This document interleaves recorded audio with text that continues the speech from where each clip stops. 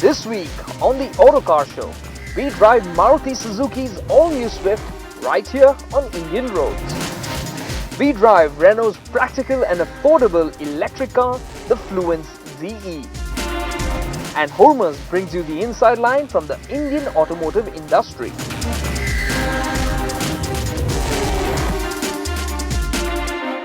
Hello and welcome to the Autocar Show. Now, a couple of weeks ago, we brought you the scoop on the new Maruti Suzuki Swift that Hormuz drove in UK. But the Indian spec Swift is now here. Much awaited car, very popular, and we're going to find out how it feels in our environment.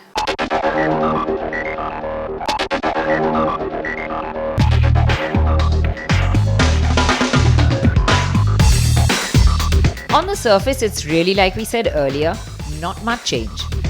Now for India, the length is 90 mm more and the wheelbase 40 mm more.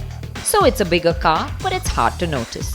It still looks very much like the older Swift.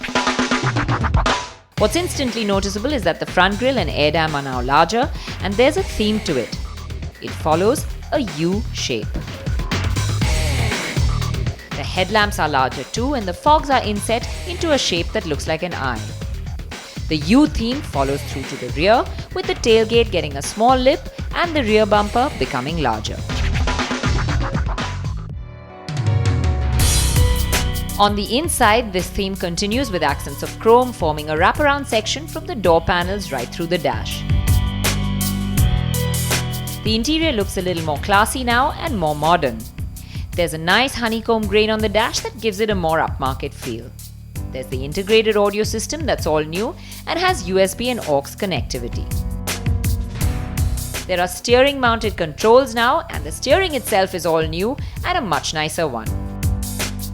Instead of the rotary vents on the sides for the AC, the Swift now has horizontal ones and they're of great quality. And adding utility, below them are cup holders for the front passenger and driver. There's a multi-information display set amidst the smart tach and speedometer. It's all much better than before, but there were still a few things I didn't like. The seat fabric and the way it was all stitched together, the plain matte plastic bits on the underdash and the door panels, the old power window switches that all looked much cheaper in contrast to the rest. The rear boot area is also a little more difficult to access now. With the bumper being larger, you have to lift stuff to get into it. Under the hood, you can opt for the 1.3 diesel as before or a new K-Series 1.2 litre petrol.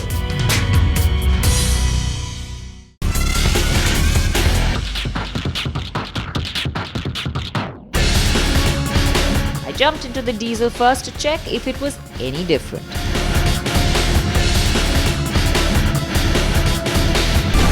So the same diesel engine as before, same amount of power, but it's missing the punch that we used to feel before, especially in the mid-range.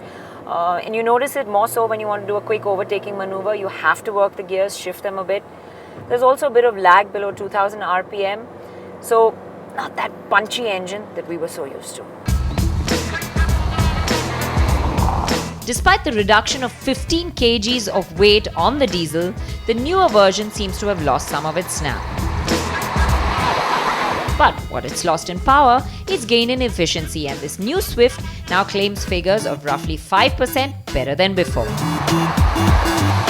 What is also better than before is refinement. NVH levels in both cars are much better, and be it suspension sounds, engine sounds or wind noise, it's all much better dealt with. The cabin feels much quieter than the older Swift. This stands true for the new petrol as well. It's a much more refined engine than before. So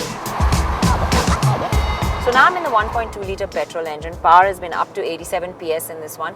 And it has initial pep, but it lacks in the mid-range. You really have to rev this engine hard to get the best out of it. But that's not a problem at all because this engine loves to rev. And this is the engine that enthusiasts are really going to enjoy. The petrol was definitely the more fun engine to drive. It felt comfortable, be it in the city or out on the highway.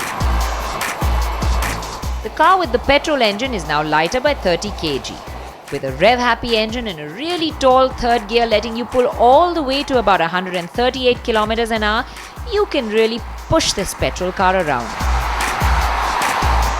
Driving it on a twisty, windy road is masses of fun. The diesel in comparison requires more work with the gears, especially on a winding road.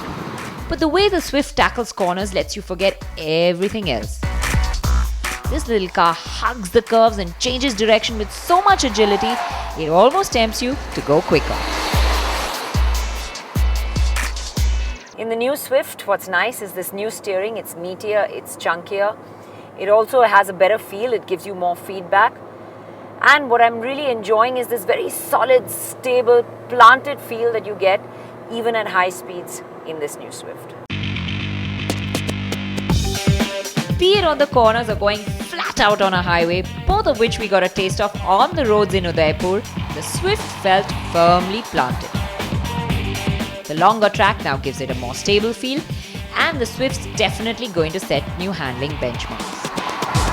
The petrol feels a little more softly sprung than the diesel, and this translates through into the ride as well. The petrol Swift tackles the bumps and potholes with a slightly softer edge than the diesel, which feels firmer, especially at low speeds. It's not intrusive or sharp, but the road does tend to filter through more.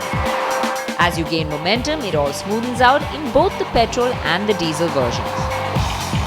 The vertical movement that one felt before is almost gone now, giving you a flatter, more composed ride than before. Making this backseat a much better place to be. Making it better too is the improved space. Now what's really great is the legroom. There's a lot more than before, so a lot of space here and it feels a little more opened up. But unfortunately there's this teeny tiny window that still gives you the cooped up feeling at the back. So the Swift has really grown up. You have more of everything with this car, and the much desired top-end diesel variant is being offered up too.